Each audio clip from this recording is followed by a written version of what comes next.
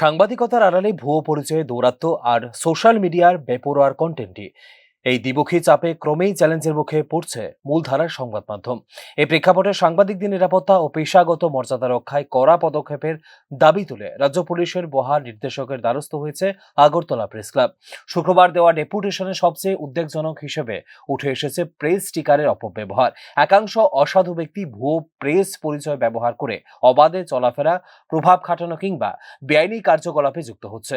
এর ফলে যেমন আইন শৃঙ্খলা পরিস্থিতিতে বিভ্রান্তি তৈরি হচ্ছে, তেমনি প্রকৃত সাংবাদিকদের উপর বাড়ছে সন্দেহ ও ঝোঁকে, যা পেশার বিশ্বাসযোগ্যতাকে প্রশ্নের মুখে ঠেলে দিচ্ছে। আরো বড় চ্যালেঞ্জ হয়ে উঠেছে সোশ্যাল মিডিয়ার প্ল্যাটফর্ম, বিশেষ করে ফেসবুকে বেড়ে ওঠা তথাকথিত কন্টেন্ট ক্রিয়েটরদের একাংশের ভূমিকা। দ্রুত ভিউ ও জনপ্রিয়তার লোভে অনেকেই সংবাদ যাচাই না করে ব্রেকিং তকমা দিয়ে বিভ্রান্তিকর বা অসম্পূর্ণ তথ্য ছড়াচ্ছে। এর ফলে জনমনে ভুল বার্তা পৌঁছাচ্ছে, পাশাপাশি ক্ষতিগ্রস্ত হচ্ছে পেশাদার সাংবাদিকতার মানদণ্ড। রাজ্য পুলিশের মহানির্দেশক মিস্টার অনুরাগের সাথে আমরা দেখা করি। পুলিশের সব অফিসাররা ছিলেন। তো আমাদের বিভিন্ন কয়েকটা পয়েন্ট নিয়ে আলোচনা করেছি। মূলত প্রথম পয়েন্ট যেটা ছিল সেটা হলো সাংবাদিকদের নিরাপত্তা এবং বিভিন্ন জায়গার যে আক্রমণ হচ্ছে, আসামিদের যে গ্রেপ্তারের ক্ষেত্রে যে পুলিশের ভূমিকাটা এ নিয়ে বিস্তারিত আলোচনা হয়েছে, যে যাতে কোনো চাপের মুখে না থাকে এবং যাতে সবাইকে গ্রেপ্তার করা হয় এবং আইনের আওতায় এনে সময় মতন চার্জশিট দিয়ে যাতে বিচার করা হয়। এটা ছিল এক নম্বর। তারপর ছিল প্রেস স্টিকারের অপব্যবহার, কীভাবে প্রেস স্টিকারের অপব্যবহার হচ্ছে এগুলো যাতে ইমিডিয়েট বন্ধ করা হয়। আরেকটা ছিল প্রেস জ্যাকেট অনেক দিন হয়েছে আমাদের দিয়েছে। আরেক দফা যাতে প্রেস জ্যাকেট সব সিজনে ব্যবহার করার মতো তো প্রেস জ্যাকেট যাতে পুলিশ তৈরি করে দেয়, এ ব্যাপারে কথা হয়েছে। এবং আরেকটা হলো ফেসবুক কন্টেন্ট ক্রিয়েটারের একাংশের নামে একাংশ যেভাবে মিডিয়ার নামে ওরা মিসইউজ করছে media in the name of media, সব বিস্তারিত আমরা অবহিত করেছি। আমাদের যারা আজকে আমাদের টিমে ছিলেন প্রেস ক্লাবের সবাই বিস্তারিত বলেছেন।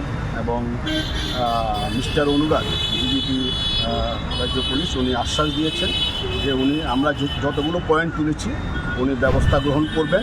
এবং আমরা জানি সামনেই আসছে পুরসভার ভোট, অনুষ্ঠিত হবে 2028 সালের নির্বাচনও। এই ক্ষেত্রেও রাজ্যের পাহাড় এবং সমতলে সাংবাদিকদের অবাধ চলাচলের বিষয়টি নিশ্চিত করার দাবি জানিয়েছে আগরতলা প্রেস ক্লাব। ভোট আসছে এবং 2028-এর প্রথম দিকে বিধানসভা নির্বাচন আসছে। সাংবাদিকরা যাতে ফ্রিলি মুভমেন্ট করতে পারে সারা রাজ্যে, ট্রাইবেল বেল্ট, বাঙালি বেল্ট, সব বেল্টে এই ব্যাপারে যাতে প্রয়োজনীয় ব্যবস্থা গ্রহণ করা হয় এবং যে একটা সার্কুলার যাতে পুলিশ মহল থেকে দেওয়া হয় সাংবাদিকদের নিরাপত্তার বিষয়গুলো নিয়ে বিস্তারিত আমরা কথা বলেছি। এবং উনি মনোযোগ দিয়ে শুনেছেন। উনি বলেছেন যে সাংবাদিকদের নিরাপত্তা যাতে সুনিশ্চিত করা হয়, সুনিশ্চিত থাকে এবং এই বিষয়টি প্রয়োজনীয় পদক্ষেপ গ্রহণ করবে। বিশ্লেষকদের মতে ডিজিটাল প্ল্যাটফর্মে তথ্য প্রবাহের গণতান্ত্রিক বিস্তার যেমন ইতিবাচক, তেমনি নিয়ন্ত্রণহীন অপব্যবহার ডেকে আনতে পারে মারাত্মক পরিণতি। ভুয়ো সংবাদ, পরিচয় জালিয়াতি এবং দায়িত্বজ্ঞানহীন কন্টেন্ট, এই ত্রিমুখী সংকট মোকাবেলায় প্রয়োজন প্রশাসনিক কড়াকড়ির পাশাপাশি স্পষ্ট নীতিমালা ও কঠোর প্রয়োগ।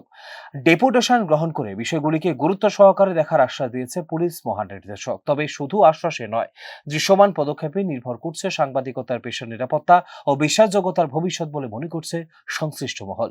Bureau report, news now.